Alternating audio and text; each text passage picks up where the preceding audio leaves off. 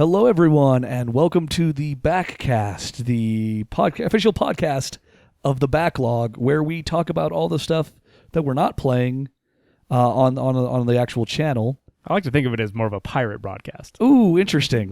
But we're not at sea anywhere, or we're not breaking any FCC laws. Maybe we should. I'm willing to look into it if you are. Is that something we're lacking in our podcast? I mean, would it become more popular if we were just because we're doing it illicitly? I think that's an absolute yes. Oh, okay. Just illicit things are always more popular. just because we're going against the law. Yeah. Breaking the law. Welcome, everyone. We were thinking about today talking about the things we've been playing. Again, we're going to be talking about Diablo 3 probably intermittently through the whole thing. I mean, yeah, they're probably used to it at this point. Yeah, because that's kind of the game we're playing. It's kind of what's happening right now. The season is going still going strong. Yeah. I completed my Conqueror objectives for the season. Oh, you're still new journey. Nice, very nice. Yeah, I was just messing around with that. So now I think there's one left. What's the hard one in that part of the journey? Doing a conquest. Is it just doing the conquest? Everything else which ones did you do? So far I did the 3 gems to 65. Oh, okay. Easy. So I already have that. And then I went through and I did the... was it a master of the set dungeon thing? No, you have to do 6 set dungeons. No, not set dungeons. You have to do 6 rifts, 55 or greater with 6 different set bonuses active. Wow. Yeah. So you have to run at least 2 characters. Wow. For that so I can't even do that one. I mean, I only have demon hunters. Yeah, we can get you to something else. You got 3 months to do it. Okay, that's true. But the one I actually ended up doing was the 45 without a set bonus. Oh, okay. Which that build, it was ridiculously easy when you have enough Paragon. You're a Crusader, so it makes sense. Yeah, kind of not OP, but what Paragon are you at? 6 something. 6 something. Okay. No. That's decent. 6 or between 6 and 7. I think I'm almost 7. Okay. So that you were way ahead of me on that. So it's. I mean, way ahead's relative, I guess. I'm only in like the 760s. I think is where I'm at now. Yeah. Okay. It's a way slower. Like it just scales up ridiculously as soon as you hit 700. Well, and for me, it's the armor is really scaling, like because strength feeds into my armor stats, right? And I feel my survivability go up surprisingly quick considering what I'm doing. As I do that. I mean, that's fantastic. Yeah. I need to try that as well. I should have enough gear to handle like no set bonus run. Yeah, I think I had half the timer bar left when I finished it with no set bonuses, which is kind of crazy. That kind of sounds like the conquests this time around are a little easier than they were. Yeah, and you said you did with somebody else the kill all these bosses. The boss rush. Oh, is that a conquest? Yeah. Oh, okay. So we could do that. I both probably already have done the conquest then because I've got gems all over the place. Well, you've probably done 2 of them then. Yeah. But the last one is 3. You have to do 3 conquests. Yes. Oh, okay. So you need one that I don't have. And I need one that you don't. And if you're not familiar with boss rush, it's going through and killing all of the bosses except for the new necromancer boss. Right. In less than 20 minutes. From the moment you start the game. Yeah, you jump in game and just run to each boss, kill them. It's pretty easy. Once you have your high enough gear level, you're pretty set. And it sets at a lower difficulty, isn't it?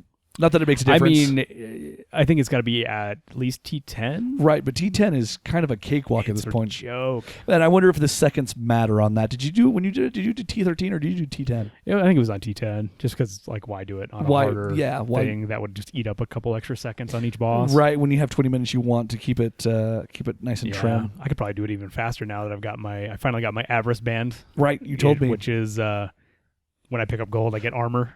So every time I can get gold, I'm invincible. Speaking of hilarity, I think I am going to start collecting the Armor of Akan set, the meta set. Okay. Because I had my first primal drop. And it's an Akan piece? It's the 2-handed sword for the Akan piece. Ooh, that is a hard thing to ignore. Yeah. Oh, man. It's like the universe saying, no, stop running the Invoker build. We know you love it, but you want this.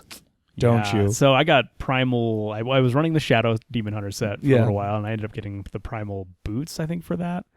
And it wasn't quite enough of a jump. I'm still lacking a lot of ancients on that set. But then I also had the primal quiver for the Unhallowed Essence set. Yeah. And once that dropped, and I got primal boots for that set as well. Wow. I'm kind of like, okay, I just need to switch and do Unhallowed Essence and keep pushing with that.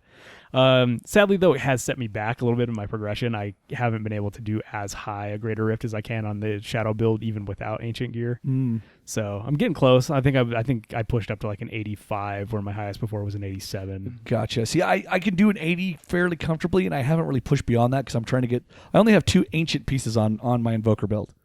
And really, and I was doing an so 80. You're in the same, like, that's exactly like my shadow set. I only have like 2 pieces of ancient gear, and right? 1 primal, but it's like I think it's the chest piece. See, I don't even have a primal yet. For that. It's a chest piece though, so it's like main stat. There's no real like massive bonuses there. You're not getting any crit or any good bonuses for anything. It's just like it's got max dexterity and vitality on it, and I'm like, okay, which cool. For me, that's all I use is the main stat. Vitality is kind of everything I need. And on a and demon cooldown hunter, and CDR, it's almost useless. Like it's like cool that those things rolled max, but the gems and stuff that you can socket into it are way more important than anything I get on a chest piece. So wow. Okay. It's kind of a waste of a primal. Yeah.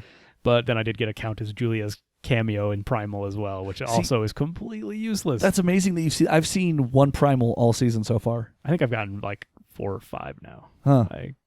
Yeah, I don't see all that many ancients, to be quite honest, considering the buff. Once you get up into the higher, like when you're farming 80s and 80s plus, like I think at 85 I'm almost guaranteed 2 ancients per greater rift that I run. I'm getting 2 ancients, so I need to push to 85. I have this thing where I want to consistently be able to clear 80s without dying, and I can do it, but and that's such an arbitrary thing. I'm still clearing with 3-4 minutes left. It is pretty 80s. arbitrary because it only matters if death is preventing you from completing the rift. Right. You're still getting all the benefits. Like you lose the free bonus roll, and that's it. Yeah, right? I know. This is it's a mental thing. I Diablo weird. And there's a comfort level that comes along with being able to run through that. Well, plus when you play a Crusader build, you don't want to be dying all the time. You want to feel like you're doing something, you know.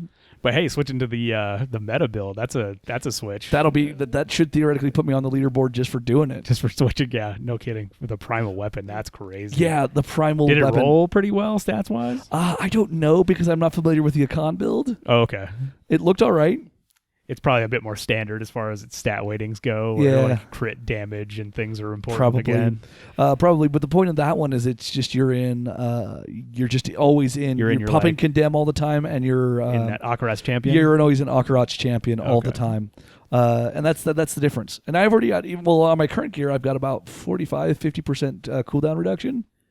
Okay. So I can almost be an Akarat full time in my Invoker build, where the set bonus for the con set just gives you a flat 50%. Okay. So you'll have all the cooldown you need. Yeah. It's easily enough. I'll be switching gear though. Yeah, you'll have to re-roll some of it probably to get more cooldown reduction. When you get to 50% cooldown, the other 50% means you have 100% uptime of Akarats. Yeah, and that's what you want. That's cool, yeah. Because you do more damage in that form, and you're survivable. And it's interesting because that's kind of a thing that they have done through the meta of the entire game. I think most classes have something like that. You've got Vengeance with the Demon Hunters that is like a core part of all Demon Hunter builds right now. Is like you want to have Vengeance up 100% of the time. You want Akarat's Champion up with the Crusaders. The Veers that was previously the more meta builds, but you want to be an Archon as much as possible as a wizard, that kind of thing. So it's kind of an interesting, weird like cross spec meta that exists. Well, and the reason I like Invokers is that you don't have to be an actor, like having to like build and then go and then burn for this other phase. Not really. I mean, I use it as like a stay alive cooldown. Well, yeah, that's what it is for Demon Hunters as well. There's a rune that reduces your damage taken. It's not really a huge damage buff per se. It increases like your resource regeneration. Right. I am finding in the higher rifts though that I am popping it on cooldown a lot more often. Just to kind of because it's a huge deadly survivability buff, and I think that's what most of it is all about. It's just like keeping you alive at these really like high end, I'm interested high to see damage phases as 90-100 becomes more kind of commonplace. What they do to kind of keep that going. I'm interested to see where Diablo goes. Like it's kind of been the same thing for a while. I'm surprised we haven't heard anything about a Diablo 4. Well, it's in production. I mean, as much as we know about it, sure. I'm sure it's in production, or at least they're getting started on it. And people have been hired for it, and they're putting up job listings. The job listings that have come through Blizzard. But for Blizzard, that means they're within the next 10 years. We're going to hear something. Yeah, we might get something next year's BlizzCon. We'll see. I mean, this BlizzCon was all WoW and Heroes of the Storm and Overwatch news. So. Right. I think there was like one location, like there was a booth for Diablo 3 and that was it. And it was just like, hey, if you haven't tried Diablo 3, maybe check out this booth. Yeah, because, because it's still going strong. We totally didn't give it away free for most World of Warcraft players or anything. That's how I got it. Yeah. And I'm really glad they did that, because I probably would not have bought Diablo 3. I would have had to convince you. Yeah, maybe. I was never interested in Diablo. I'd heard about Diablo 2 from a lot of people that were super into it. And I'm like, okay. You always hear stories of, I lost 3 years of my life because of Diablo. And you're like, no, thank you. I don't understand what that means. I've already lost 3 years on WoW. Why would I want to do that again? Right. And now I'm like, yes, give me more. Yeah, it's like, new season. IV Diablo right now. Hook me up. I'm already thinking like, I could start running more classes, and like for whatever reason, I've usually fallen off by this time most seasons, but I'm definitely deeper in this time around. Yeah, and I've kind of fallen off of the desire to run other classes at all. Yeah, like there are some that I find cool and interesting, but thinking about like, oh man, trying to like gear up another class at this point and then getting used to playing it again. I don't know. It's just not as exciting as it once was. Not your thing. I used to be way into the alts all the time, rolling as many as possible. Yeah, I recently did the thing where I said, I'm going to get everything to max level on my main account. That's it. I've done it. You're just good. I'm good. That's done. Not even gear setted. Just, if the feeling takes me, I can just switch to that. Definitely true. And I guess where I'm at with Diablo 3 at this point is like doing the gem augments. Like that's what I'm lacking at this point. Like, and then it's just time played to get more ancients and more primals. Yeah. But it's going to be those gear augments that push it through to the next level. Yeah. Well, and I need more ancients so I can do that. That's the sad thing is I'm now in the place where I've got a farm for ancient gear. But in Diablo, you can get that done with, like, you can get multiple things done at the same time. Yeah, that's true. kind of the delightful part. Like, because you're never wasting time in Diablo because you always have a chance at Ancients, and you're always like, as long as you're running Greater Rifts, you're getting those regular legendary gems higher and higher, which then can be used to augment your gear further. So it's very synergistic, and I enjoy that about Diablo. Yeah, you're never at a point where you're like, well, I can't do anything till my friends get on. You can always be just kind of grinding forever. And the matchmaking's really not bad. Like it's like the least toxic thing I think I've ever been dealt with on the internet. Like, because everybody kind of knows their job, and you just jump in and do your thing. Yeah, and it makes it so you can get way better drops and a lot more loot all at one time. You can farm your bounties. The bounty mats. That's a huge one. Yeah, it is a time saver when you're running with like 3 other people who can just speed farm T13. You can get a round of bounties done in less than 15 minutes, and that sounds fantastic. It's great. And now I have hundreds of the bounty mats, and I'm probably going to spend all of them re-rolling for primals. Yeah, that sounds terrible, but also sounds terrible and exciting. Exciting. Good job. What else you been playing, Dan? I actually recently just kind of dipped my toe in on Darkest Dungeon. Okay, I've seen a little bit of Darkest Dungeon. What's your take so far? I like it because, like I said, we've mentioned it in multiple videos and a lot during the room, which we'll get to as we go. But it definitely touches on like the Lovecraftian lore. I mean, the studio's named Red Hook, which is a directly from Lovecraft.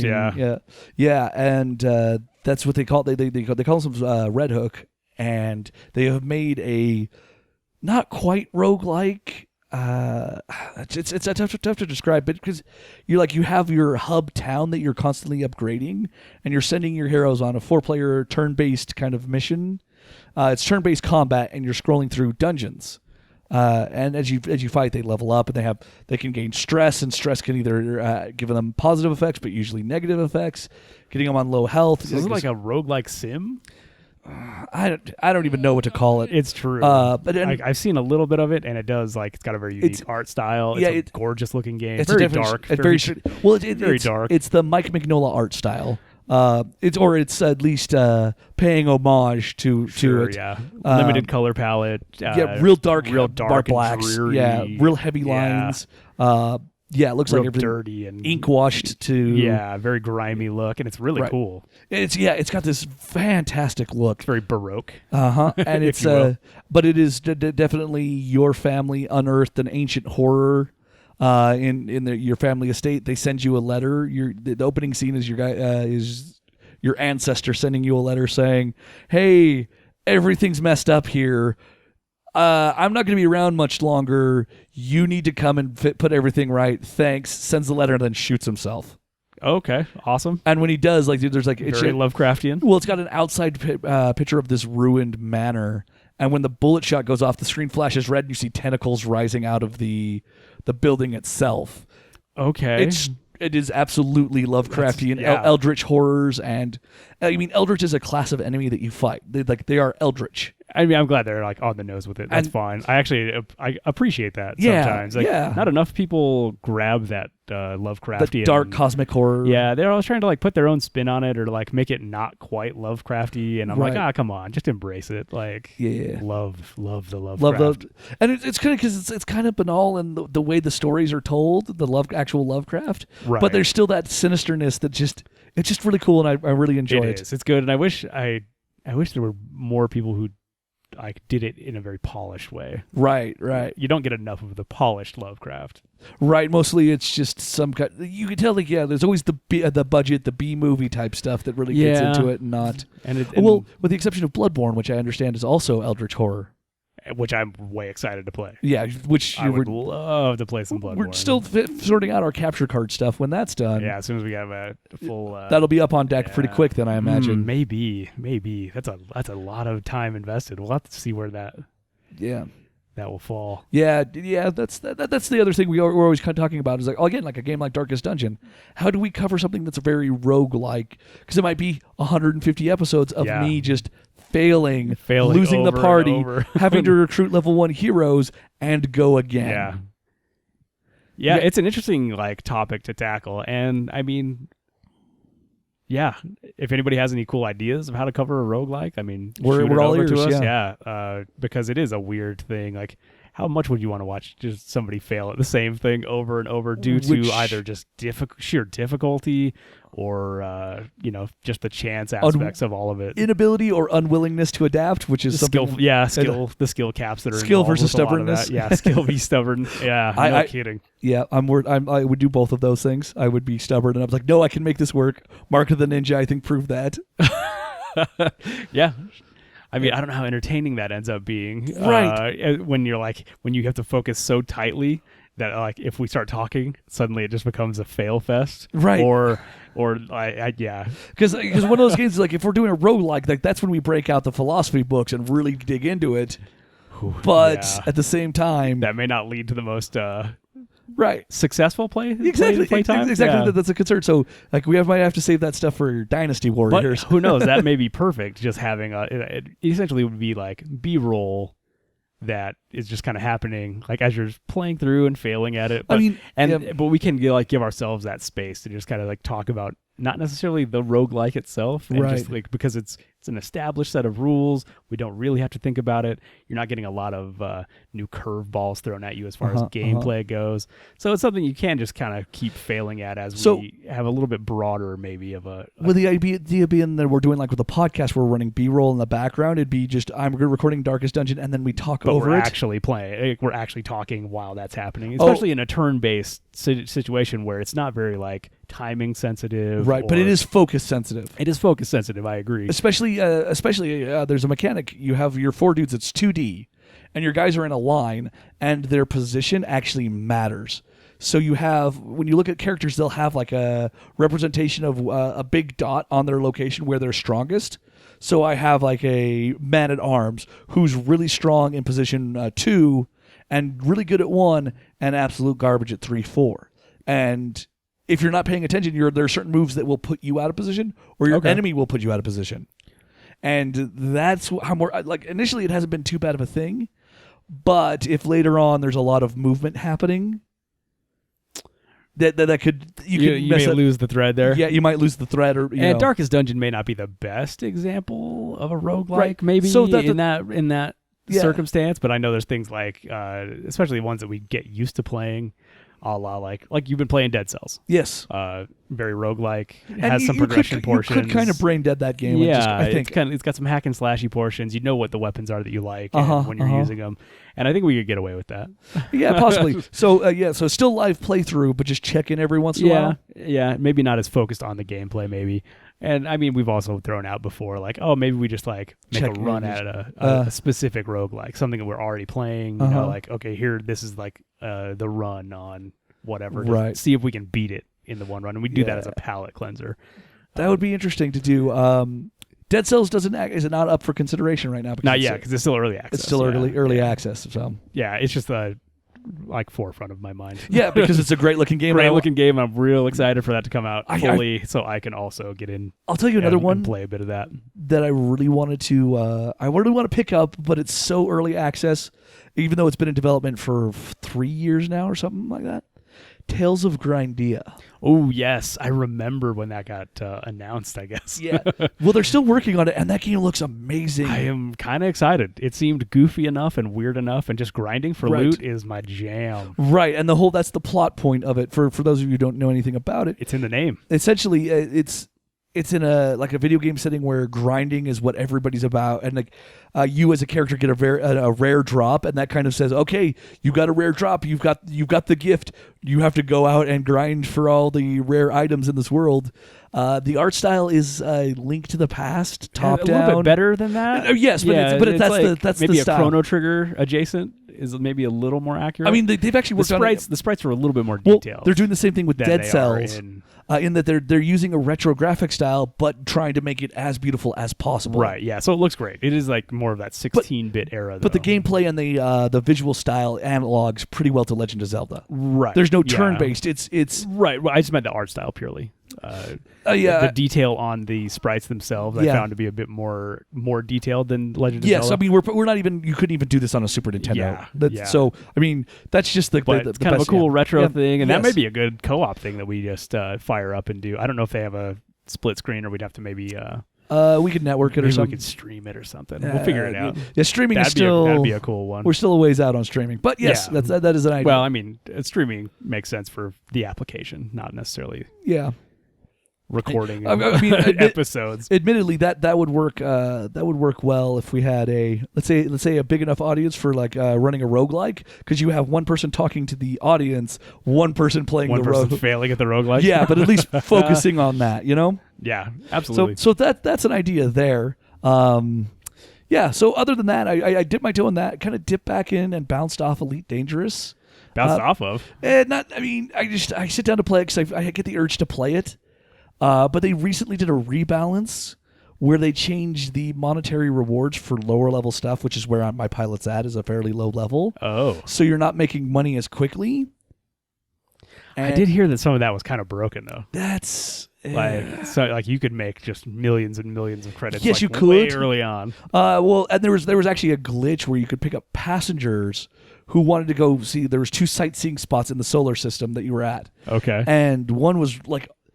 about a 10-minute loop away from the station you're at, and there was one that was about a 30-minute loop away. But the glitch was you pick up all the passengers that want to do either of them, and when you hit the first one, it counted them all as having been seeing what they wanted to do, and you just did that loop, and you could make millions. Here's the thing: that's kind of dirty. You had to have the right. You'd already had to have a big ship that could take passengers, and like you had to be established fairly well into it.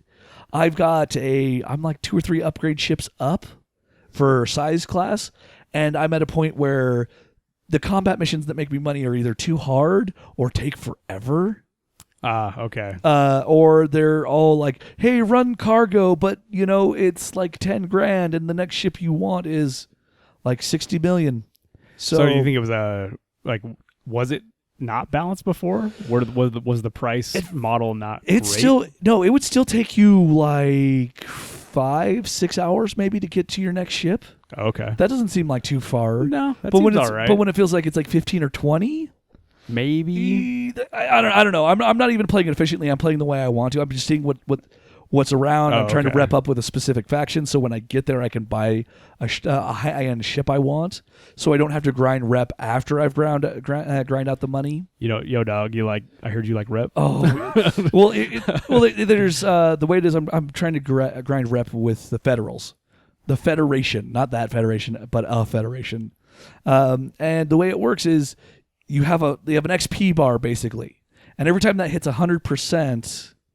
Sorry, there's a overall rep bar. Is it like a WoW thing, like honored, revered, exalted? Yes and no. Okay. What it is, so I got that wrong. So there's a main bar that when you fill to max, then you're max rep with them. So does your rep bar have rep bars? Yes. That's ridiculous. So you have that main rep bar, and as you my exhibit analogy was not far off. Not far off, because what it is as you're filling that main bar, you accrue percentage in a secondary bar. When that hits 100%, you can do a mission for that faction, which will then increase your rank, and the bar is whatever. You can keep filling the bar even if you don't do that mission then. So I think the first time I started doing federal missions, I had 2 100% bars, and then I was on to my next one. So I gained 2 ranks in short succession. But after that, it's 37%, and I have to do missions for federally aligned vendors in order to grind that rep up, and that's real slow. And I don't know how many levels there are, probably 10 or so. Okay. And I'm on the 3rd or 4th. And I'm trying to make money to buy the better ships that makes it easier to do those. But at the same time, anyway, it's a bit tedious. It's a grind. It is a grind. But it's a great podcast kind of watch Netflix. Relax games, yeah. Netflix and chill sort of game. But you have to be like, I'm going to sit here for 3 hours and get very little done. But that's okay. Yeah. I mean, honestly, like, Elite Dangerous seems a little intimidating. It is. It's in that it's got so much stuff, and it kind of. I mean, I was interested in No Man's Sky when it was announced, and beautiful game, and it actually sounds like even more of a spacewalking simulator, if you will, where you just like jump down on a planet and wander around. Well, I actually haven't landed. I know it's had some patches, and right, better. But I actually haven't landed on a planet since I started playing this last time. So like, you don't even have to do anything with planets. Well, I actually kind of dig that. I'm kind of talking about it in more of the like just sit down, chill, listen to a podcast where you're not really having to engage too much with the game itself. Yeah. And like that aspect appeals to me in the No Man's Sky sense, where you really don't have to do a lot. You don't really have to, it's a kind of a cool ambiance that you're just kind of wandering around in while being entertained by other personalities. Yeah, fair enough. This is that seems kind of attractive, and this seems and Elite Dangerous seems far more like attention intensive. I mean, and I'm sure it gets less as you figure out what your loop is in the game. Yes and no. Like you sometimes you're flying to a system. And you're like, okay, and you're just chilling. Well, there's like, it's going to take me about 15 minutes to fly to the planet I need to get to. Just at the fastest speed, it's going to take 15 minutes. Which is kind of wild to me. It's like, it's a spacewalking simulator. You're just walking. But when you get into combat and things like that, you can fly into high intensity zones where there's capital ships duking it out and dozens of ships flying around. You make the wrong move and you get fried. And I imagine you can choose to engage with any of that. Right. You want you to. can choose to get engaged with that, and you can make good money doing that if you're at the right level and you have the right ship. And that's the thing, is that loop of, okay, I have got my new ship. I now need to kit out my new ship before I buy the other ship, because the most efficient way to make money is to dump money onto this ship, kit it out with the best shields, the best guns, the best engines, the best thrusters. And now I can start saving money because now I can do better missions. Makes sense. But that loop in between is a little rough. It needs to be a little bit better, I think. But so I kind of was not in the mood for it, and I just bounced off it a little bit. But I mean, it's like you've been playing Elite Dangerous for a while now, though. Off and on for. I mean, well, here's the thing: is I bought the game I think in 2014, and completely didn't know, like, their tutorial system is still early access or whatever it was. It just didn't sit with me. And then as I kind of picked up the PS4 version, played with a buddy of mine, and we had a great time with that. And then I kind of switched back to the PC because I got the new PC. Switched back to that so I can do more modding, and like your HUD is locked to a color. On the PC, it's really easy to change it. And little things like that make it more the ambiance, make it feel like your ship, and And it's weird that they didn't like have that built in. And they said they want to, but they just haven't added it yet. They've wanted to for like 2 years. It seems like something that would be pretty easy. Like a dude just on his own on the weekend, probably just like, yeah. Like here's a small little like slider that you can change the color of stuff. Absolutely. You'd think it would be that easy. But alas, I'm not a programmer. I don't know how to do any of this. Also, I wonder if these guys are super intense about it, but like, no, we have to make it perfect. I don't know. I honestly haven't followed the dev cycle on this too much because they're continuously putting out stuff for it. I mean, that's good. Good on them. I'm glad that they're supporting it, and I want to see more of this kind of game coming out. You know, like especially with like the fiasco that is Star Citizen. Oh gosh, the scam that is Star Citizen. The scam that is Star Citizen, be, and like, all of these promises and lots of Kickstarter money and fan money like tied up, and then they potentially just squandered. And then they split it into like different games and modules. Have they done that at this point? I don't follow. They Star did that Citizen years ago, and then but here's the thing: is all the things that they haven't kind of half-assedly incorporated into the game. Like one of them was Squadron 42, which they announced like this is going to be your wing commander, your out fighting stuff game. This is what it's going to be. It was supposed to. They were supposed to show footage. They didn't, and it's now delayed indefinitely. That's like, I mean, in this day and age, you can't be talking all of this trash and then not like putting your money where your mouth is. And also being the most high-profile Kickstarter ever, and then saying, "Oh, it's going to be out 2014." Here we are, 2017, and it's basically 2018 at this point. Yeah, that's fair enough. It's 2018 at this point. We're pushing December right now, and nothing, just nothing. It's still pre-alpha technically. Yeah. So, man. And here's the thing: is in less time, Elite Dangerous got announced, launched, and has iterated on itself dozens of times. It makes my brain hurt. Thinking about it. Yeah.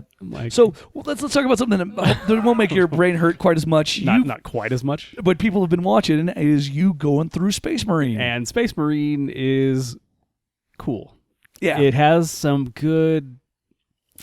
I mean, what's the word? Like I think. It's got some charminess to it. It helps that I'm a fan of 40K. Mm-hmm. I think it suffers from a lot of that kind of thing, like where it's like if you're a fan, you're going to enjoy this. Right. Better. It's like a workman quality product. Sure. In that, it's a bit of a blue collar game. You would call it mediocre if you didn't understand 40K. Sure. Right. Middling. Sure.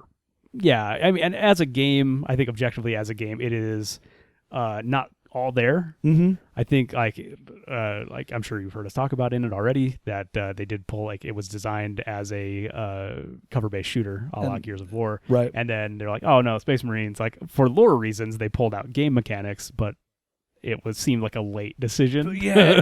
And then the problem is when you get mixed up, and I experienced this too, is when you have to like recharge your health, you need to wade into guys, and it's real easy to die that way. And that's not so it seems like it's still balanced as a cover-based shooter, but then requires you to also still do these like really intensive melee animation combats to regen health. And be aware of guys that are like surrounding you. Yeah. And you just... With a kind of janky third-person camera angle. Right. And a dude that's got a giant set of armor that covers a third of the screen.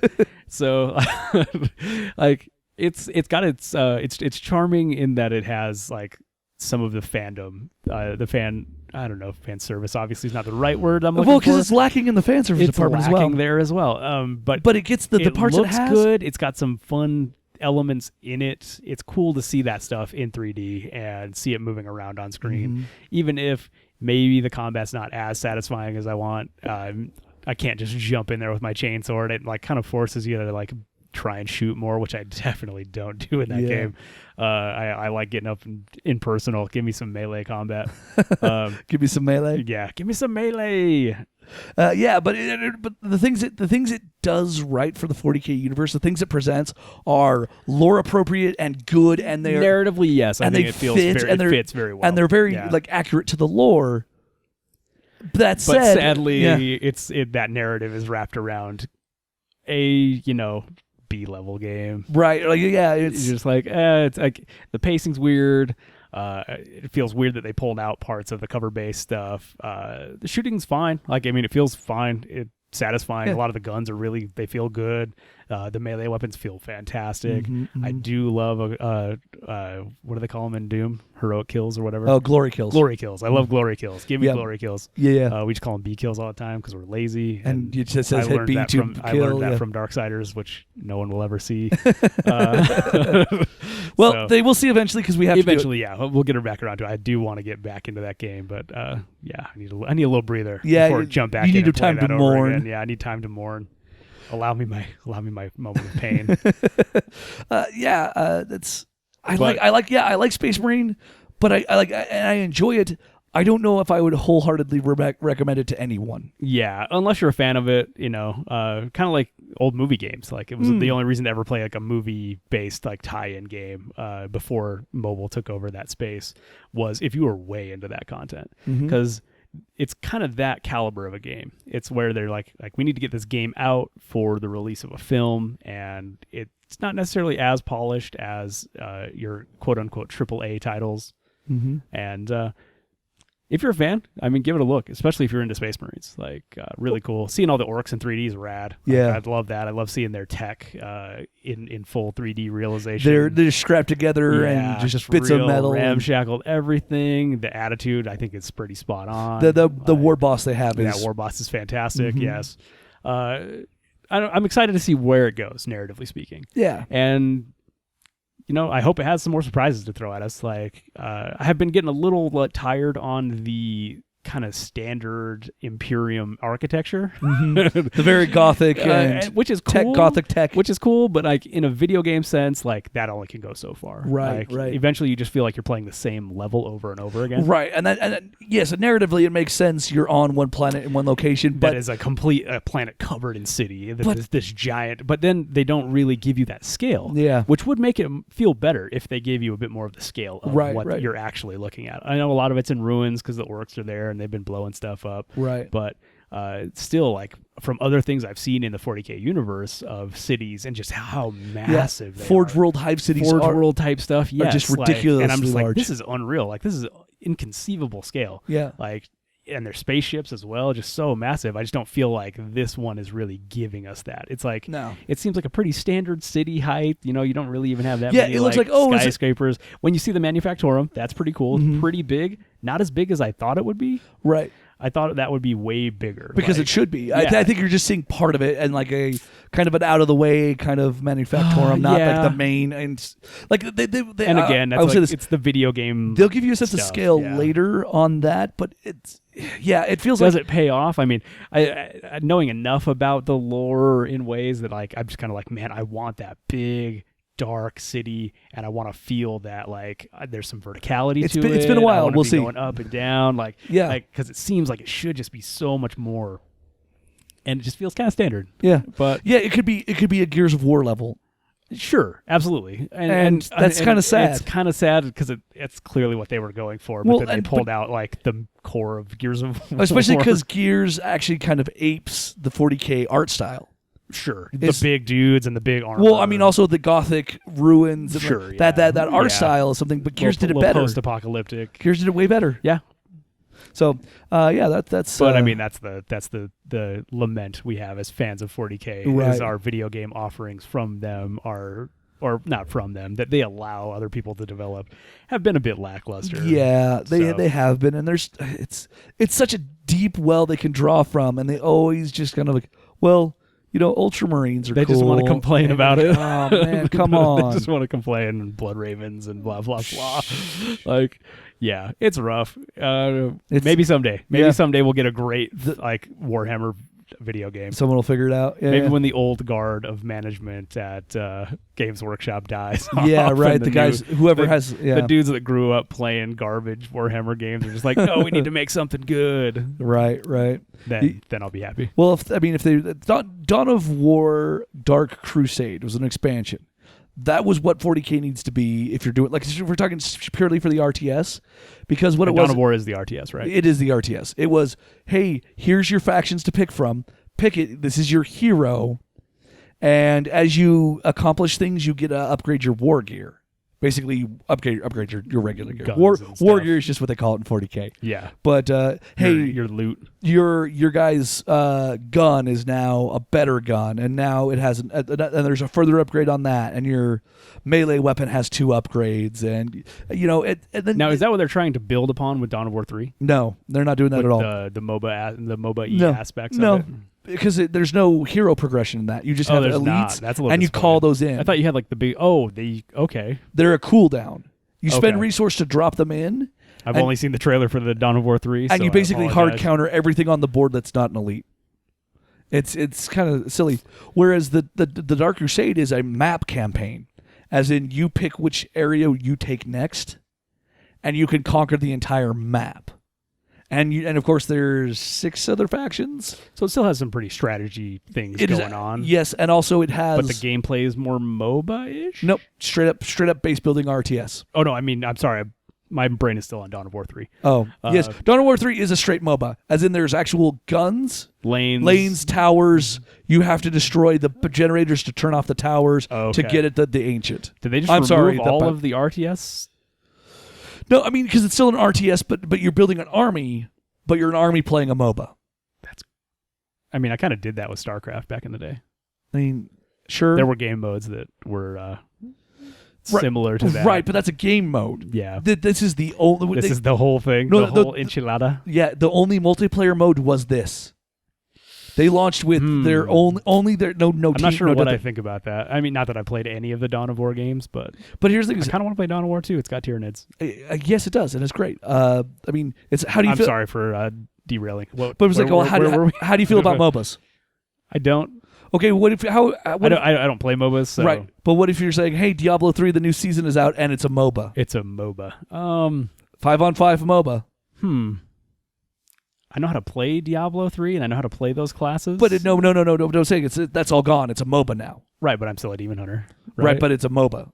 If I get to pick which set I'm playing, Nope. I give it a shot. No, that's not. No, It's just like it's a MOBA. It's a HOTS. It's just It's just HOTS. It's just HOTS. Like, sorry guys. This season of Diablo is HOTS. Go Season play 13, go play HOTS. that. Right? Like you'd be like, no, I don't want to do that. Yeah, absolutely. I would be like, oh well, I guess this is no longer for me. Right? Exactly.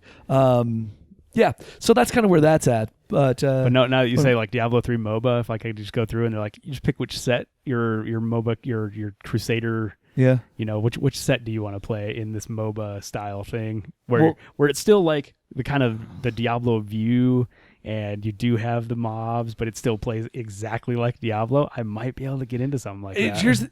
You would get me in that if they had versus a computer mode that got scaled like Greater Rifts. And interesting. You're playing against maybe. the like Diablo and Asmodon, and like you're playing against these demons. Okay. Like that would be the AI mode. Yeah. Like you have the bosses guarding each lane. I could. Or not even guarding the lane, like they're actual heroes running around and you're fighting against them. Sure. Yeah. Like you would a MOBA. I'd give that a shot. I'd give it a shot. Oh, you give it a shot. But I don't really think that's that MOBA. I don't know I'd pay money for that. Oh no, absolutely. I mean, like we were just talking in place of the next seasons. Right. Free content. Yeah. Also, Blizzard's too smart to do that because they actually made. They have a MOBA. Why would you cannibalize your own? Well, but not even that. They actually just made a MOBA and didn't expect people to switch that and didn't put Diablo. Diablo Heroes of the Storm. Like Dawn of War 3 is, hey, this franchise you love is now something else entirely. Yeah, which is really unfortunate. Also, the campaign, just so you know, is each mission you switch between the Eldar, the Space Marines, and the Orcs. So everybody's unhappy because 2/3 of the time you're playing the faction you don't want to. And or in my case, you're playing 100% of the time the factions. And here's the thing: is I like Space Marines and I'm playing Blood Ravens, which I don't care about, so I'm also unhappy. Yeah. Yeah. See, right? How's that good design? No one has ever accused them of good game design. Well, Dawn of War and Dawn of War 2, good game design. Okay. Like just the factional stuff is what it is. But let's Still move on. Yeah, we can talk about this all day. Talk in circles We've here. already talked way too much 40K for a lifetime. But we also have been playing The Room, and those videos have been going up. Yeah. And I mean, we are a little bit removed from actually finishing The Room, and we're not going to talk about what's not up yet by any means. No. But I don't. You have any retrospective thoughts on The Room at this point? I liked it, and the ending is I guess, like I've said, I paid 50 cents for that game. So it was well worth it. Well worth it. I think it's even on sale on Steam now for $1.50. Still worth it. Because I got a couple hours of enjoyment out of that game, and yeah, it was a heck of a thing, and it was more the implication of where it could go that had me kind of hanging on, and the puzzles were neat. Yeah, the boxes, the table stuff. Or spinning the table, or looking. Well, actually, I don't know how far out. Yeah, I can't remember which episodes. I think we've only got 2 episodes up so far. So right. we're about to get into it. Yeah, getting into the tables start getting real crazy. Getting more into that table is it's super cool. It goes some places. It goes some places that I didn't expect, and it just keeps going. It does end on sort of a cliffhanger, not a cliffhanger, but somewhat unsatisfactory. Sure, it's a cliffhanger. Let's call it that. That's fine. But we also have the Room 2 to play, so we'll see. Is that out? Yeah. So we totally can. I bought them both at the same time. Oh, rad. 50 cents a piece. So yeah, we can totally get it. We'll get around to that. I mean, eventually. I don't know if we want to make it sooner rather than later. I'm sure we can give it a little bit. We're still working on Space Marine, and you're starting a new game, so right. We'll be which again that caught us off guard as well. The new game. That's true. New game. Ooh, do we want to tell them what it is? Oh, we already said Overlord. We already said that. Oh, we said that last time. Or 2 times ago. 2 podcasts. Anyway, we finally started recording that, and I remember bits of that game because I played it. I don't even know how far in, but a couple hours in, and I had forgotten everything. And we're probably going to be real quiet during that first episode as we're just like, what is going on? Did we make a mistake? This is It turns. And very quickly we're like, oh, this is amazing. Yeah, it's a surprising game. A heck of a thing. I'm excited to see what you guys have to say about it. We're not going to be out for a little bit. We'll probably have another podcast. Yeah, we still need to get the room out, but yeah. Once the room is done, we're going to switch over and start uploading Overlord. Yeah, and I'm excited to see where that goes. Yeah. But to that aside, Joe, you've also been playing a little bit of Wolfenstein. Yes. And I borrowed it. So it's a borrowed game, and I got almost all the way through it. Got to the last level. It needs to be said that you were playing through very quickly, and then we're complaining about the lack of health. And then I realized I was missing collectibles. Right, and then you went and restarted and started playing 100%ing. Started going for the 100% platinum trophy run on it. From first time through. And I mean, it wasn't bad. It's actually not a bad platinum. It's an easy one to get for sure if you want to put the time in. It does sort of require 2 playthroughs because early on you can pick. There's 2 timelines going on. 2 timelines you can pick from, and I'm glad I went through and I played most of both timelines at this point. Okay. But I realize I've kind of put it down since Destiny's come out and Diablo 3 has reasserted itself in my life. Right. So I'm just going to kick it out. I think I'm going to finish it. I'll have more to report on that. It was a super interesting story. If you have not played Wolfenstein, The New Order, that's the first one. I know Wolfenstein 2 New Colossus has just come out and everyone's raging about it because it's awesome, apparently. I look forward to playing that one, but I'm going to kick out Wolfenstein 1, and I should have more to report on that because I've heard that game gets weird. So... if you're on the last mission, it's gotten as weird as it gets. I mean, maybe we'll talk more about that when you time. finish it. I have some thoughts because I thought that game ended great. Okay, and it didn't need the sequel that you got.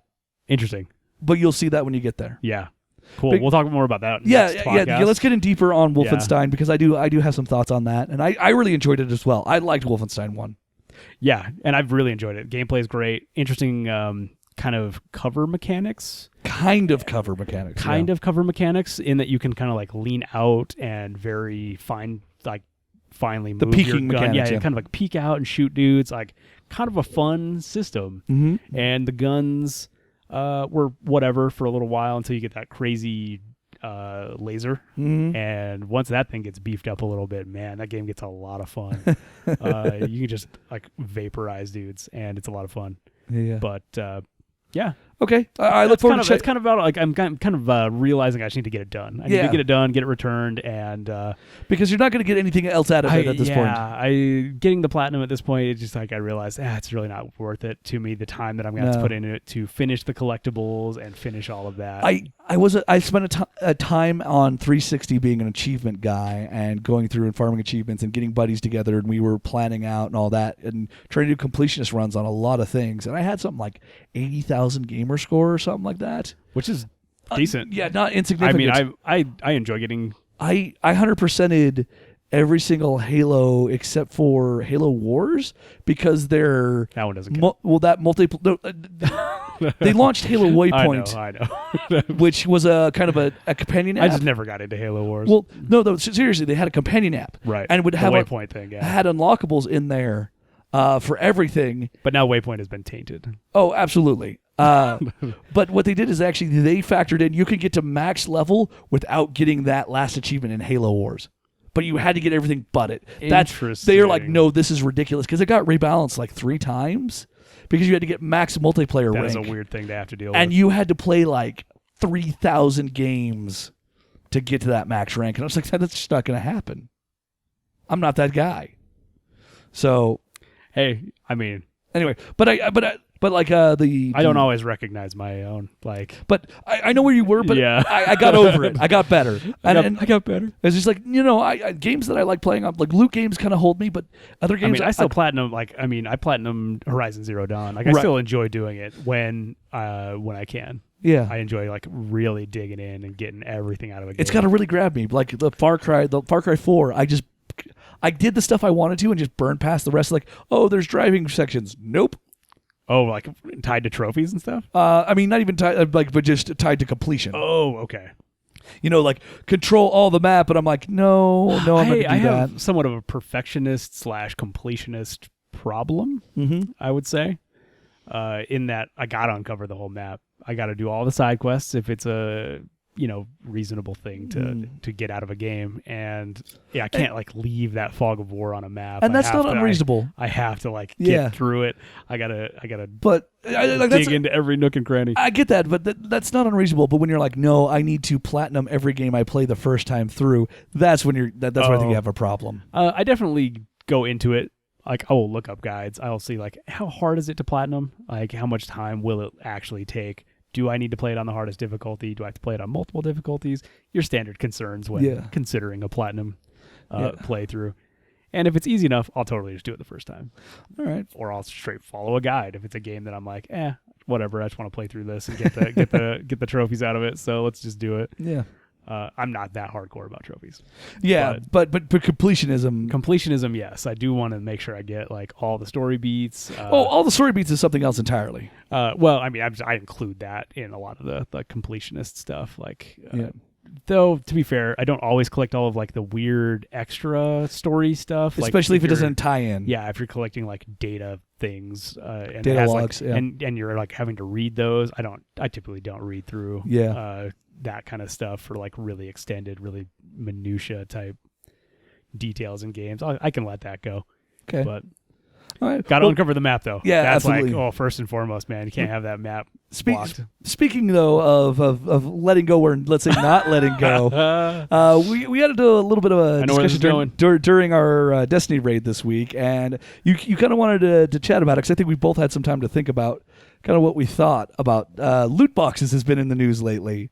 If you're not aware, Battlefront 2 has come out and too much controversy. A lot of hubbub. The internet's freaked out about the way they're scaling their premium currency and how you unlock and kind of forcing you into it. Yeah, forcing you into it for sure. And they're locking very popular characters behind insane walls. All the characters. Oh, all of them. Period. All the hero characters are locked.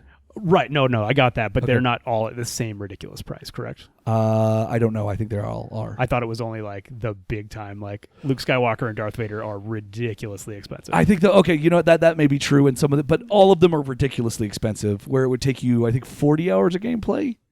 Like for each one? I thought it was like a cumulative thing that people were like complaining about. No. To unlock everything, you have to play for thousands of hours. Yes, 6 years. 6 years. Of game time. That's a lot of time. And or you could give them $2,100 to unlock everything. Right. Is what it would take roughly in a loot box or whatever it is. Anyway, that people got their dander up and got pretty fired up about that. Yeah. And now you have governments looking at getting involved. Cause certain governments like Denmark, Belgium declaring loot boxes as gambling. And now looking at getting the EU involved, and the senator of Hawaii is like, hey, this is predatory, it's preying on our children. We can't have this. We need to get involved with loot boxes and...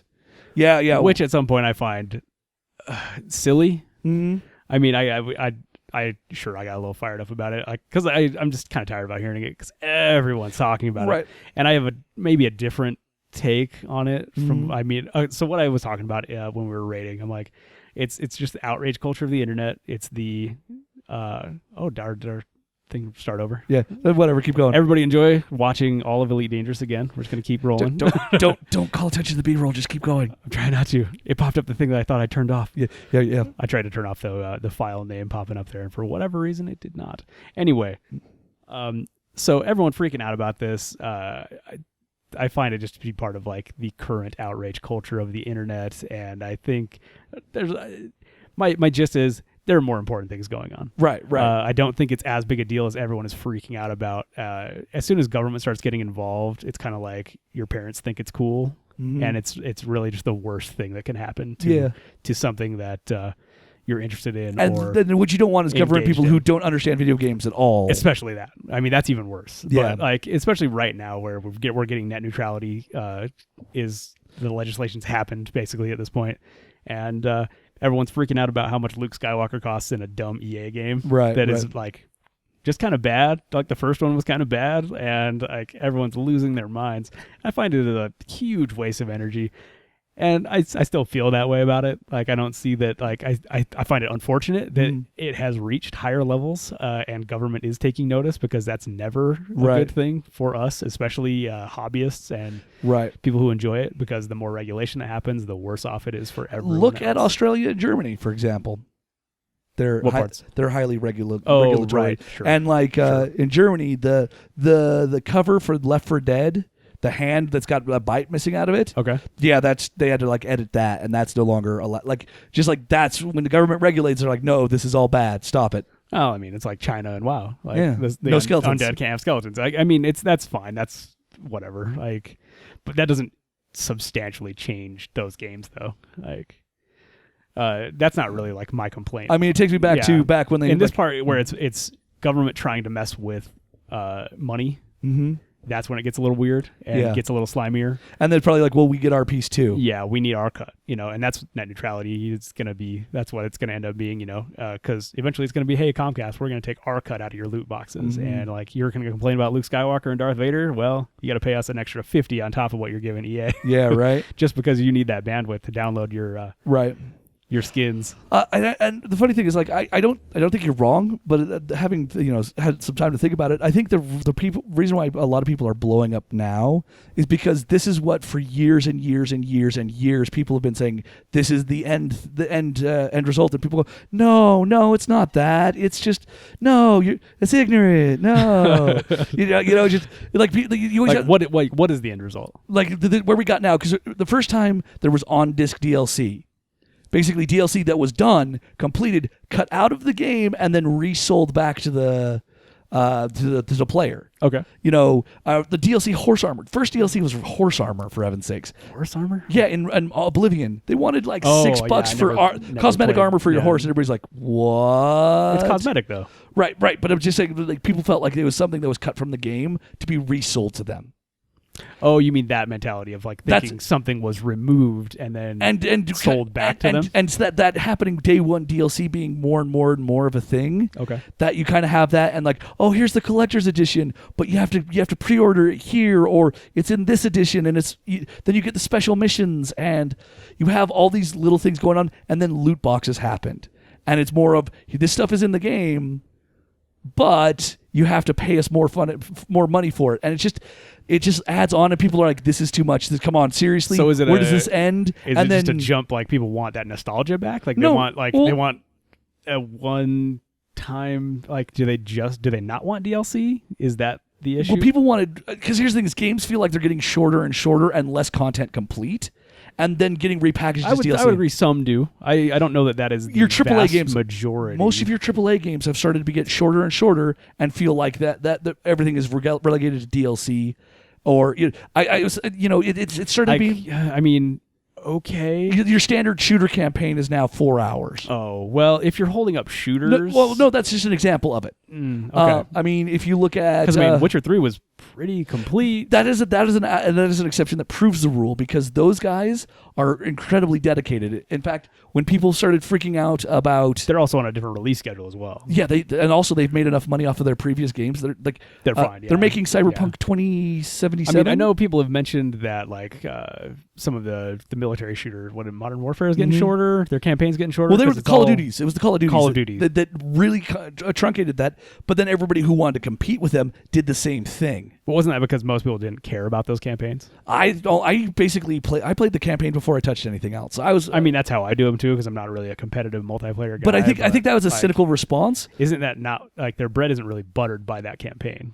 That's right. So their bread's buttered by their multiplayer. Then they should have just dropped it entirely, wouldn't you say? But they keep doing it. So I think that's where they're still clinging to the past, where you have to have a campaign portion, but we can't just sell a multiplayer. Titanfall until now. I think now that no, that's been a thing for years.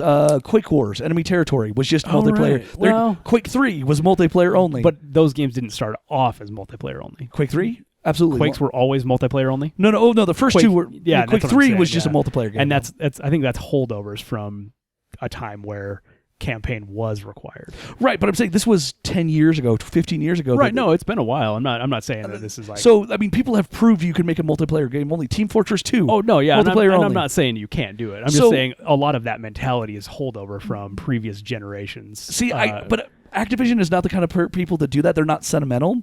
If they could get away with just doing multiplayer, they would do it. Right. So why don't they? Overwatch? Well, yeah, so that's like, I guess, yeah, and they are getting away with it. I mean, it now, is happening, yeah. But why don't they do that with Call of Duty? That's what I'm saying. Is it the stats not? Or they say that people only play multiplayer, but I mean, how accurate how is much that? Activision has say in that? Like, absolutely, 100%. They destroyed the Treyarch studio because they didn't like the two owners of that studio. Then they owned them. They fired them, shuttled them off, and made Modern Warfare 3 anyway. Yeah, they have absolute say over those companies. Cool. So yeah, that's fine. That's all I say. All I say is I don't understand where like exactly where does that line still need to exist. Like, well, here's the thing: if you want to sell a multiplayer, people are trying, and some are successful. Look at Battlefront. Yeah, look at Battlefront. Yeah, like, it is a multiplayer game. But I think some people felt kind of swindled by that. Yeah, exactly, and I think that's why a lot of people do consider it a bad game. I think that's pre-order culture wrecked that, though. Yeah, pre-order culture has been a different thing as well. And so that goes back to kind of what I'm saying is I think all that was underlying, and then there was this hit, and people just were like, no more. This is too far. I am over all of this practice, like all this dirty practice. Sell me a full game, and I will play the full game. And if it's worth, but are they then holding the entire gaming industry to account, or is it genuinely focused at EA? It's this game specifically. It's EA has been as for years and years and years been they've been a bit of a whipping boy for a while. Well, because what they do is they buy successful franchises and studios, turn out a cynical, less good version of it, and then shutter that studio because it doesn't meet their expectations. Is it EA that does all the sports games as well? Yes. I think that's a huge telling point as well, because those games have never, they iterate very when they have minutely. When they have those. Yeah, only when they have to. And they've been able to get away with putting out these games that are maybe not the most polished, maybe not very feature complete, right? And do sell a ton of DLC. And not even that, when they make the switch to a new generation, they cut out all the established features they have and start slowly adding them back in. I know neither of us play a lot of sports games. That's true. But I am aware that a lot of these ultimate dream team style games, you're buying card packs, right? And you are assembling your team of greats, of football greats from the past, and making this dream team. But it is very much a free to play model in that it's they're just they sell you this game at $60 every year because you're going to buy it because it's the new season, you need the new roster, right? And then you're going to dump more money in. And I think that shows that the hardcore sports people think about this very differently than your kind of hardcore gaming crowd. And I think it's interesting that is now bleeding over into a Star Wars game, right? And then everyone's not wait, hold on, we don't like this. Yeah. So it'll be interesting to see where it goes from here. Yeah. And I think you were way fired up when we were talking about it before, and I was very. It was mostly just that I was reaching a point of exhaustion with hearing about it again and again, because I don't have a problem with loot boxes. I think these quote unquote games of chance or these gambles that people are making are just part of of gaming in general. Even outside of video games, I rose like packs of cards from like a TCG, or Hearthstone is a TCG. Yeah, it's just digital, and you're paying money for these loot boxes that you have a chance to get cards out of. Yeah, which is very much like a lot of these shooters, Battlefront included. You're getting cards to burn for cooldowns and things like that. See, and I think one thing that makes a TCG differ is you kind of know your chances. And there's like they try and do the guarantee of this and that, but I feel it's the same cop out though. I agree. It's the same cop out. You know what? And this might sound like a cop out as well. Here's where I fall on it is for loot boxes and things like that. Like if it feels like there's a feel to it. Like does this feel slimy? Does this feel like I'm like they're trying to pull one over on me, you know? Like, does it feel like they're taking stuff out of the game to resell it to me? And I have a problem. I'm also doing it from like the standpoint of like, yeah, sure, if it does feel slimy, that's bad. Yeah, but if it's purely gameplay advantage, if it's purely cosmetic, then I have no problem. Right. Charge what you want for a cosmetic loot box and give what you want. And here's the thing: I will cop to this. There was a game that actually had levels for your character in an RPG, single player RPG. And it was like $3 for 15 levels or something like that. And I had done something and I was just behind and I had to grind out levels. And I said, you know what? I don't want to do that. I paid them $3. I bought 15 levels for my dudes. And I just leveled them all up. And I'm like, you know what? I would get there, but now I don't have to do that. And I understand. And I don't feel bad about it. But at some point there's like, oh, but I'm feeding that culture. And that might help get us to where they're like, well, what if we put gameplay advantages? Well, then in what's the goal then? Like, what if you don't want to feed into or support the culture of the free to play models or the loot box models? Here's the thing: is if you're a free to play game and you have value add stuff that's not, let's say, not heavily gameplay influencing, sure. I really mean I free to play. I mean I'm pay to win. Oh, pay to win? No. Yeah. Out and out. No, thank you. What is it? What I mean, I agree. I think that is slimy, and I think that's pay to garbage. win. I guess if it's a money grab and you are what you are. Yeah. Do what you want to do, even if it's slimy. I'm not going to play the game. Right. Yeah. Yeah. And here's the thing: is you'd like the market to decide on that, and I think this is going to be the instance of people. If no one buys this game, it'll be apparent very quickly. The problem is people are going to buy this game. Right. I mean, just like people go to bad movies. Like, right. Well, and here's the thing is I've talked to a number of friends and acquaintances that are the type that will buy anything that looks remotely interesting. Like, hey, you're going to buy this? Like, oh, no. Or it's got Star Wars stamped on it, and they're just like, I'm going to buy everything. But enough people, it sounds like I've heard of it, that they are going to not meet their numbers. Because I think Dead Space 2, this is also an EA game that sold a couple of million copies, which is great, right? You would think, $60 a pop, 2 million copies. That's fantastic. That's a decent amount, but unless your production costs are way higher than that. Or it might have been Dead Space 3 that did that. Then they're like, nope, didn't meet our expectations, shutter the studio. Yeah, and I mean, that's corporations. What are you going to do there? Right, but it's like, so the turnaround then, it's like, okay, fine. It's all bottom dollar. Yeah, it's all bottom dollar for them. And that's the thing, is that's why I like this rise of like the not indie, but like not AAA developer that are making quality games for cheaper. And I think, especially on the PC, I think we're going to, especially after this, you're going to see a larger resurgence of that, where people are like, no, I want to give money to developers who care. Like you brought up the example of CCP, the guys who make Witcher. Oh, right. So something got out that they're talking about with Cyberpunk 2077 they're making, that it's going to have some kind of online replayability element. And everybody goes, wait, what? And they put out they posted to Twitter very quickly saying, don't worry, expect everything you got in The Witcher 3. It's that kind of experience. We want to improve the longevity, but we believe in giving fans what they pay for. Basically, and they confirmed, like, you're going to give us $60 and we are going to give you everything that you need in this game. Like, we're going to take care of you. We got you, dog. Yeah.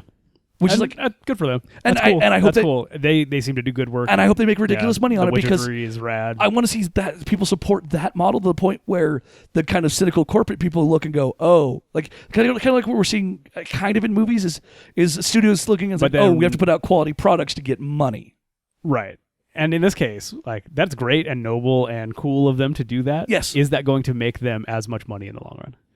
That's where. But here's the thing is, because it doesn't matter how good that looks or how much outrage people have, as long as like the CS:GOs are still making hundreds of dollars on skins, or hundreds and thousands of dollars on skins alone. Right. Some people just don't have more money than sense. That's just always going to be a thing. And here's the thing is, I think that the important point is CCP doesn't care. They want to make a good game and get paid for it. Yeah, that's great. And I agree. I get it. Make the most money is not the end goal. It's always the end goal. Not for not for these guys yet. At some point, it happens. Like, well, I mean, yes, I agree. Generational shift. There are cooler companies, and they have better models where for now. Yes, and that'll shift, and we'll find someone else. They lean towards that, and it rotates around, obviously. Right. Bungie used to be one of those studios that you thought had integrity, and now they seem to be on the money grab side of the fence. Yeah, definitely. And at some point, but with Bungie, maybe they threw in the towel. Maybe they were trying to be cool, realized it wasn't that viable, so they're just like, whatever, we're going to throw in their corporate pressure. They signed away their soul to Activision, and I know everybody got real nervous when they did it. And then Destiny initially came out, and we're like, okay, it's kind of crap, but it's okay, and it's not what we feared. And then by the end, as a game, it's pretty tight, but there's some stuff around it that's garbage. Well, which is fine. They'll get there, and then they're like, microtransactions, and everybody's like, oh, really? Yeah, but I mean that's still all cosmetic though. So I do not fault them for cosmetics. Kind of. You can get mods in those bright engrams. I never have. You might not notice, but you do get mods out of there kind of all the time. Purple mods? No. Well, sometimes yes, but blue and purple mods. So minor. But the mod system is dumb anyway, and it's inconsequential. Dumb, yeah. Initially, people were worried about that, but. It's not 100%. I'd have to look and see. I've never seen one. I know I get shaders and stuff, but it just blows up real fast and slides away. So you can see it all though, right? But you're focused on like the sparrow you just got and all those other things. Me the yellow loots. Or what shader did I get? And by the time it's gone, you didn't see you got two mods. But you're saying inconsequential stuff. But it is slowly That's not going. Really pay to win, and it's not. That's PvE mostly, so who cares? Yeah, it's PvE, so it's not. That's not really. I don't care about your 150 the speeder exactly. because I've never seen the difference between a 130 and a 150 anyway. Oh no, you can totally feel the difference. Well, I have not noticed it at all. Oh man, it's way different. Like. Jump back down to a real slow speeder. I don't know if I still have one. I'll look. Just go buy one from what's her face. I don't want to spend the glimmer on that. It's like 150 glimmer. The most inconsequential monetary value in the universe. That's how they get you. But I don't know. I don't know. It seems like I get it. People who are way into the hobby are super focused on this whole Battlefront thing. And it's been years of building that I think all it is. It's not necessarily because it was this. As that, I guess. But it doesn't feel like that. It just feels like this is the new internet fad for the next 15 minutes, and they'll be outraged about something next week. That I mean, you're not wrong, but for me, it felt like this is the building of. And then what didn't help? Well, also what didn't help is you had a lot of mainline game journalist outlets writing articles in defense of not just microtransactions, but specifically EA in this case. Interesting, and I avoid media a lot of times. Yeah, and I'm starting to. And so I haven't really heard. I don't know. It doesn't feel like this has been a building thing, except maybe in journalistic circles. I mean, and maybe things that they have written about over time. And I don't feel that people really are freaking out about. I think a lot of people aren't freaking out, but they're like, okay, this is the thing we said would happen. And now it's here, and it just we told you so. La la la la la. Well, a little bit of we told you so, but some people being like, okay, so how do we fix this? How do we stop this from happening? And like, I don't want to lose my hobby to this. Yeah, to phone games. Essentially, and I mean, I agree. I have seen definitely more like day one patches and things like that have been large, and especially in a world where I have recently downgraded my internet speed and everything. That's become a huge consideration because. Right. Day one patches, they really slow me down. Yeah. Like if I can't preload a game before launch, I'm stuck for a good 12 hours if I have to download a decently sized patch. Like, right. And what was it? There was some game that like that's a huge bummer, but I'd rather have a less buggy version of that game. I wish there was a way for them to do that in whatever they need to do to get that to have to happen on launch day. Right. But with again, since it's all about money, it's all about getting it out the door. You got to get it out the door and patch it later because you don't have to. Aside from like the few shooters that people have that have complained about, like have there been any that people have felt were unfinished games that were cut up to release as DLC? I mean, Mass Effect 3 had a major character locked behind DLC. Batman Arkham City was kind of during that era of you have to buy the game from us, but if like there was a weird lock up. The Catwoman DLC, which was like major story points when you switched to Catwoman, were cut out and you had to buy that as DLC, or if you bought a certain edition, you just got it included. Okay. I mean, if I wanted to dig, I'm sure I could find examples of that. Well, I'm just curious, like is it as widespread as people would like you to believe it? I think is it really as egregious as people would like you to say? I mean, I know people get hyped about a lot of these major titles. You know, I mean, and I can't especially like was Arkham Knight was just complete a train wreck. It was a circus, but mostly just for the PC version. That was a different. That was a different specifically, case. yeah. But I think that's the one where they pushed out the updates. I mean, if you're talking about indicative like trends in the way games are being released and their completeness and their polish. Since Arkham Knight, and that's actually a perfectly functional game on PC now. Right. They got it fixed. It is. But since then, PC ports have been beyond on point. They usually have been the version of the game that excels. Well, since then, after that, it really put the spotlight on. Everybody was like, "Oh, we got to nail PC launch because we're going to get." Yeah. In fact, I think one of the Ease games, YS. That's it. I don't know how to pronounce it. That's how I think it's Ease. Is how they pronounce it. It's from Japan. Whatever. The newest one was supposed to come out in the beginning of October, and it's been pushed till next year. Just the PC version. And during that, they found out that the translation was kind of garbage, and so they're reworking the translation. Excellent. But part of that was, they saw something in the PC and said, we have to get this right. We can't launch this. And very, very publicly apologized and said it'll come out later. And I don't know if it has a release date. It might be February. I don't know. But there are definitely, people are walking on eggshells on the PC a little bit more to try and get that right at launch. Great. That's good to hear. And I hope that's what this is with Battlefront 2, is like, okay, we can have loot boxes. We have to have them cosmetic. We have to have these certain things. It has to feel like it adds something to the game without taking away power and balance. And I think that is the way that it's actually going. Like, that's my take on the loot box thing. I think it is going to a more purely cosmetic, unless it's a mobile game, which are lousy with free-to-play stuff. I think it's been a toe dip as things here and there have tried it, but I think this is the first test, and if this didn't get any backlash, you would see that trend switch to actual pay-to-win elements. I think this is a good indication that that's not going to fly. Well, I mean, because that model used to be pay-to-win. Right? I mean, it didn't start off as cosmetics. It started off as, hey, these are free to play, and hey, you can pay to get X number of free to play games. But this is the first $60 game that also had gameplay advantages. Gameplay advantage behind a paywall. Yeah. So, I mean, Shadow of Mordor tried it a little bit, and that did get Shadow of War had some backlash on that, but that was actually misreported. It wasn't as bad as people thought, and you could actually get. It was if you. I guess that's another good question.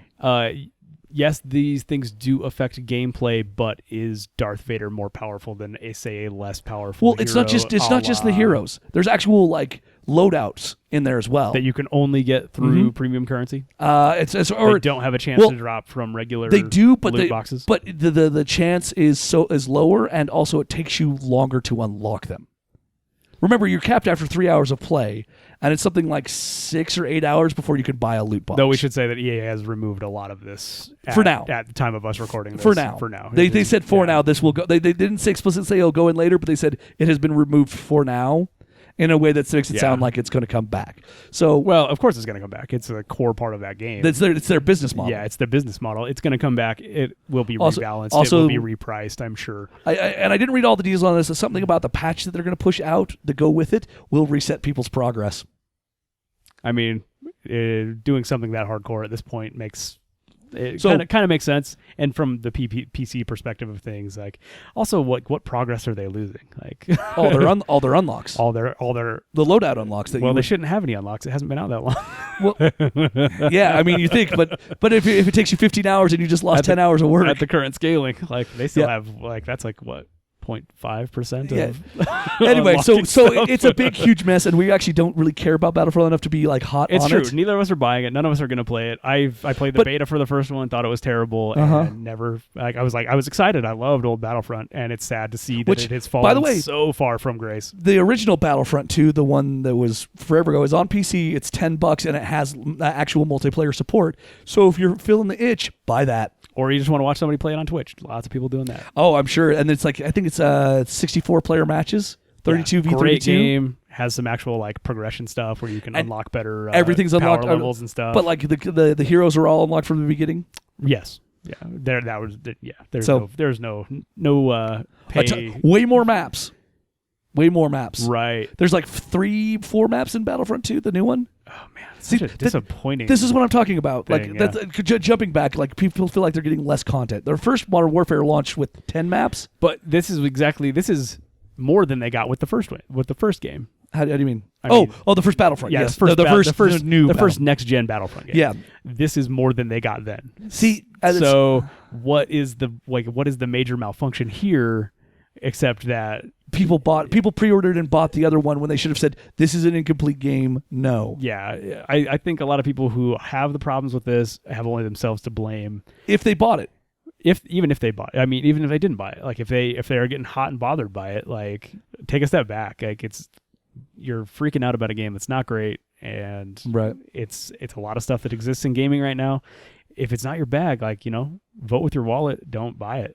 Yeah, I mean, don't buy Battlefront. You want to if you want good stuff, stop paying for garbage stuff. And if you're a PC gamer, there's plenty of stuff to fill the void. PC Master Race. Yeah, there's plenty of stuff for that. And I'm sure there's some stuff on consoles, but the PC version's probably better. And with that, we have gone long. We have been apologize, but not really. I mean, we knew this was going to happen. I knew when we thought about talking about loot boxes. I knew it was going to go for a little while. You needed to get that off your chest.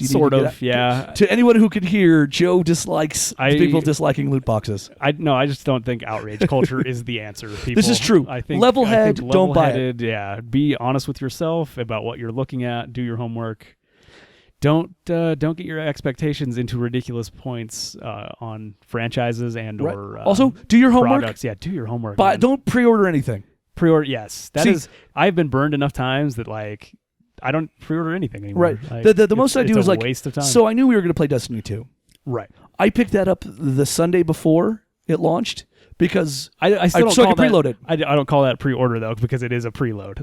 If I can preload, I will do that so I can preload. If you know you want the game, because my internet connection. But generally, I like to see how the game looks, kind of what people are saying, and But it had been out on PS4 for a long time. Yeah. And you guys had already recommended it, and I had seen enough video, and okay, cool. I even had hands-on PS4 with a friend's copy, and was like, cool. This is more Destiny, and this is exactly what I want. Right. So. But other than that, I mean, you could take the approach that we're doing. We have a deep backlog that we're working on, so we're not worried about new games. Not nearly as much. Pick up one of your newer games that you never finished.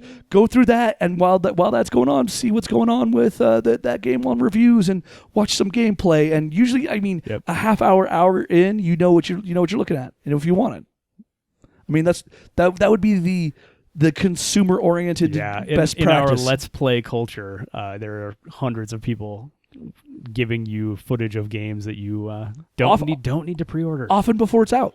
Yeah, so you can see very, very thoroughly what the games all are, what they have to offer, and what you can expect out of it. And I'm a digital download guy, so I mean, I don't have to worry about they're going to run out if I do. They're not going to run out. Yeah.